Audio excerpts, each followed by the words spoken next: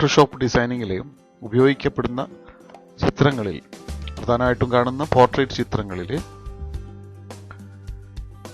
മുഖപാടുകളും മറ്റും മാർക്കുകളും ഒഴിവാക്കുന്നതിന് ഉപയോഗിക്കുന്ന ഒരു ടൂളാണ് സ്പോട്ട് ഹീലിംഗ് ടൂൾ.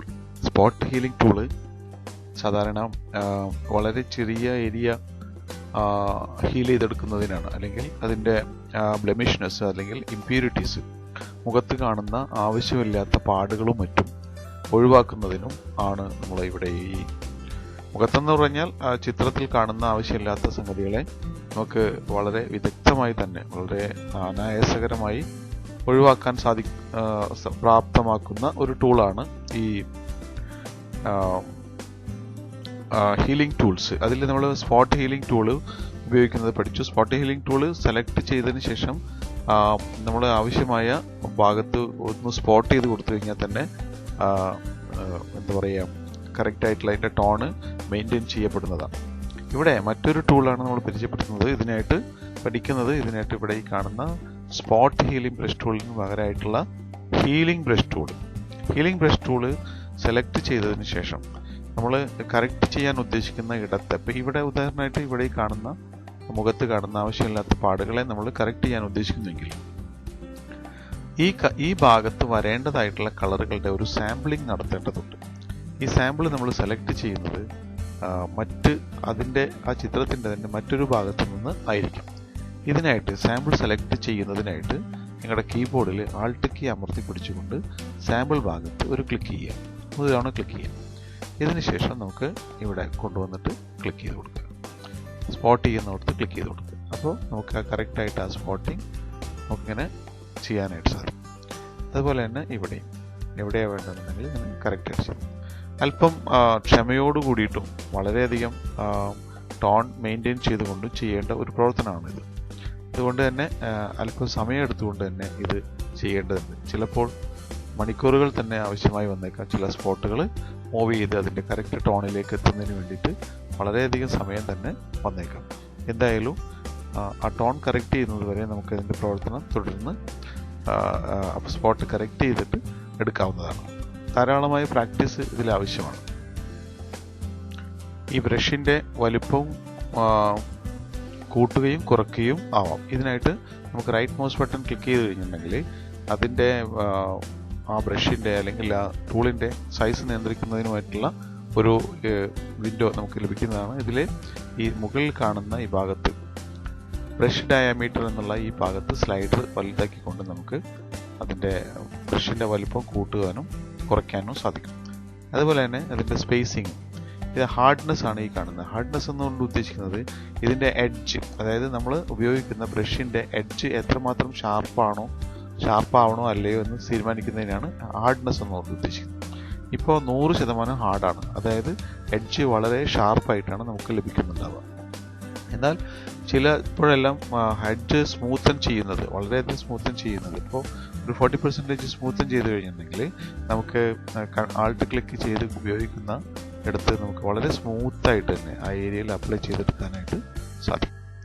സ്മൂത്ത് ചെയ്തിട്ട് അപ്ലൈ ചെയ്തെടുക്കാനായിട്ട് സാധിക്കും. ഇനി അടുത്ത സംഗതി, ഇതിലെ പ്രോപ്പർട്ടി ബാറിലെ ഇവിടെ നിന്നുകൊണ്ട് തന്നെ പ്രോപ്പർട്ടി ബാറിൽ ഇതിൽ സെലക്ട് ചെയ്തുകൊണ്ട് തന്നെ നമുക്ക് അതിൻ്റെ ഫ്ലയറിലൂടെ ഇതിൻ്റെ കൺട്രോളിലൂടെ നമുക്ക് ഇതിൻ്റെ സൈസ് വർദ്ധിപ്പിക്കാനും അതിൻ്റെ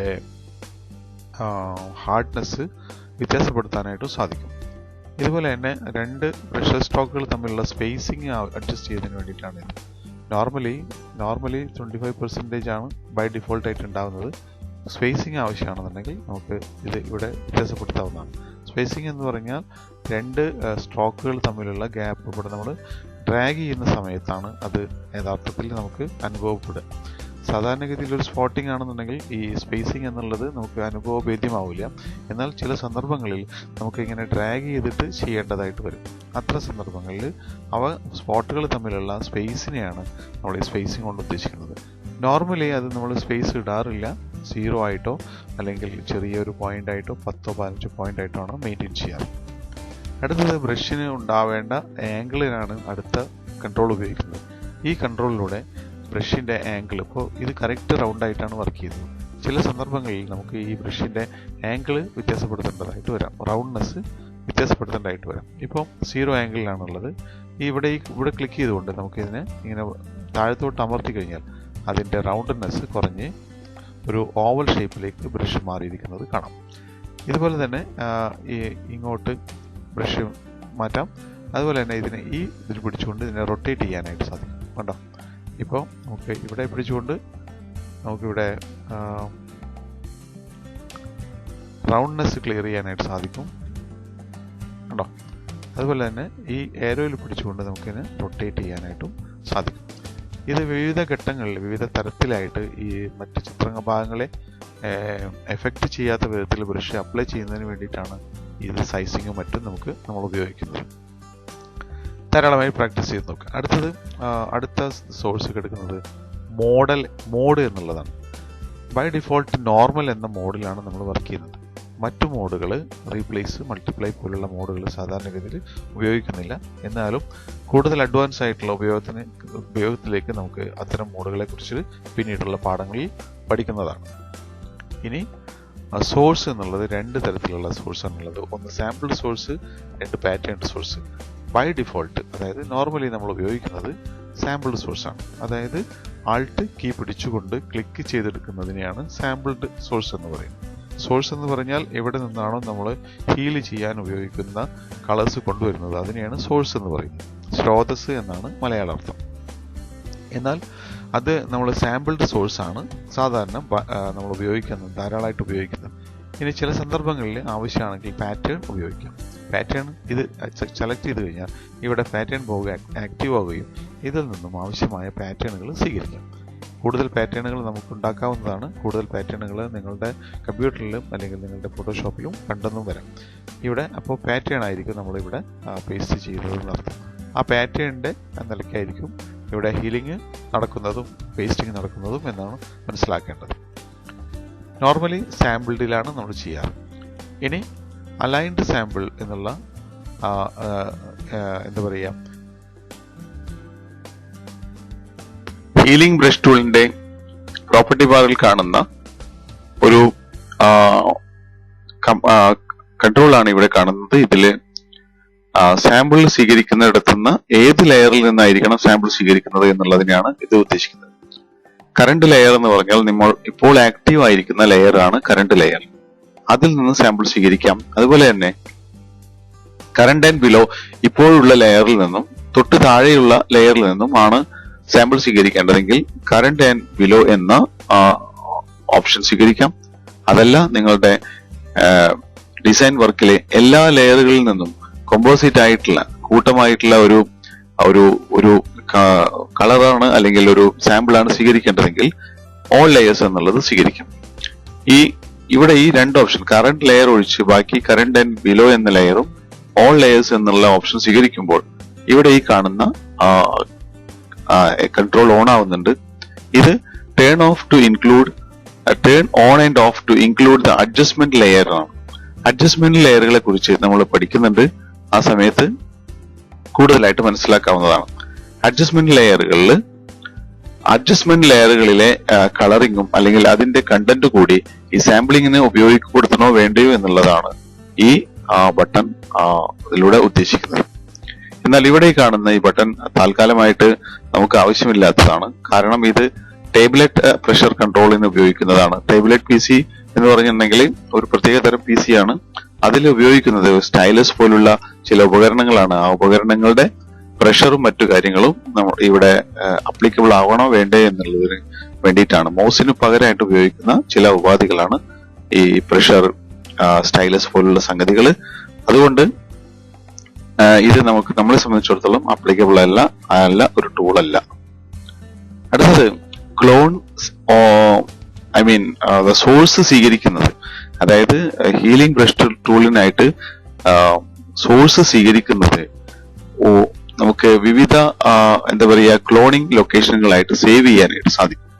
ഇതിനായിട്ട് ഉപയോഗപ്പെടുത്തുന്ന ഒരു പാലറ്റ് ആണ് ഇവിടെ ഈ കാണുന്ന പാലറ്റ്, ക്ലോൺ സോഴ്സ് എന്ന് പറഞ്ഞിട്ടുള്ള പാലറ്റ്.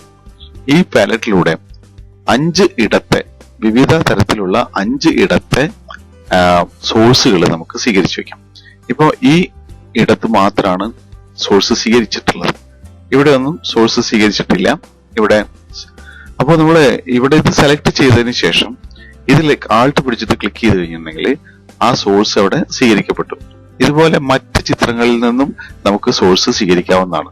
അതിനായിട്ട് നമ്മളിവിടെ ക്ലിക്ക് ചെയ്തതിനു ശേഷം ചിത്രം തുറന്നതിന് ശേഷം ആവശ്യമായിടത്ത് ആൾട്ട് ക്ലിക്ക് ചെയ്ത് കഴിഞ്ഞാൽ ആ ചിത്രത്തിലെ സോഴ്സ് നമുക്ക് ഈ ഭാഗത്ത് ലഭിക്കുന്നതാണ്.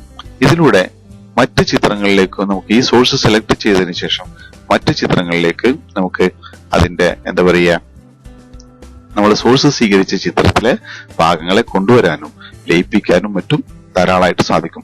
ഒരുപാട് ഉപകാരമുള്ള ചിത്രത്തിലെ ഡിസൈനിങ്ങില് കൊളാഷ് പോലുള്ള വർക്കുകൾ ചെയ്യുന്നതിനും മറ്റും ധാരാളമായി ഉപയോഗപ്പെടുത്താവുന്ന സംവിധാനമാണ് ക്ലോൺ സോഴ്സ്. 5 ഇടത്തെ വിവിധ തരത്തിലുള്ള സോഴ്സുകൾ നമുക്ക് ഒരേ സമയം സ്വീകരിക്കുകയും അവ സ്വീകരിച്ചുകൊണ്ട് ഓരോ ഇടത്തെയും ഇത് വർക്ക് ചെയ്യുകയും ചെയ്യാവുന്നതാണ്. ഈ ക്ലോണിംഗ് ചെയ്ത, അതായത് സോഴ്സ് സ്വീകരിച്ച ഇടത്തെ കാര്യങ്ങളെ നിയന്ത്രിക്കുന്നതിനാണ് ഈ താഴെ കാണുന്ന കൺട്രോളുകൾ. ഇത് വഴിയെ നമ്മൾ ക്ലോണിംഗ് ടൂള് അല്ലെങ്കിൽ വേറൊരു ടൂൾ കൂടി ഉണ്ട് നമുക്ക് പഠിക്കാനായിട്ട്. പാച്ച് ഒരു ടൂൾ ഉണ്ട്, അത് എന്താ പറയാ ക്ലോൺ സ്റ്റാമ്പ് ടൂള് എന്നൊരു ടൂള് പഠിക്കുന്നുണ്ട്. ആ സമയത്ത് നമുക്ക് കൂടുതൽ വിശദമായിട്ട് ഇതുകൂടി പഠിക്കാം. അപ്പോൾ ഇത്രയും കാര്യങ്ങൾ തന്നെ ഉൾപ്പെടുത്തിക്കൊണ്ട് ധാരാളമായ വർക്കുകൾ ചെയ്യാനായിട്ട് സാധിക്കും. വഴിയെ പറയാനുള്ളത് ഹീലിംഗ് ബ്രഷ് ടൂള് ധാരാളമായി ഉപയോഗപ്പെടുത്തിക്കൊണ്ടിരിക്കുന്ന ഒരു ടൂളാണ്. ഈ ടൂളാണ് ഉപയോഗിച്ചാണ് ഫോട്ടോ റീസ്റ്റോറേഷൻ പോലുള്ള പ്രവർത്തനങ്ങൾ ധാരാളമായിട്ട് ചെയ്യുന്നത്. ഫോട്ടോ റീസ്റ്റോറേഷൻ എന്നുകൊണ്ട് ഉദ്ദേശിക്കുന്നത് പഴയ ഫോട്ടോയെ പുതിയ ഫോട്ടോയായി കൺവേർട്ട് ചെയ്തെടുക്കുക, അതുപോലെ തന്നെ ബ്ലാക്ക് ആൻഡ് വൈറ്റ് ഫോട്ടോസിനെ കളർ ഫോട്ടോ ആയി പരിവർത്തിപ്പിച്ചെടുക്കുക എന്നുള്ള വർക്കുകളെല്ലാം ചെയ്യുന്നത് ഈ എന്താ പറയാ ഫോട്ടോഷോപ്പിലെ ഈ ഹീലിംഗ് ബ്രഷ് ടൂൾ ഉപയോഗിച്ചിട്ടും ക്ലോൺ സ്റ്റാമ്പ് ഉപയോഗിച്ചിട്ടും ഒക്കെയാണ്. അതുകൊണ്ട് അവയുടെ പ്രവർത്തനം വളരെ നന്നായിട്ട് നല്ല ക്ഷമാപൂർവം പ്രാക്ടീസ് ചെയ്യേണ്ടതും പരിശീലിക്കേണ്ടതുമാണ്.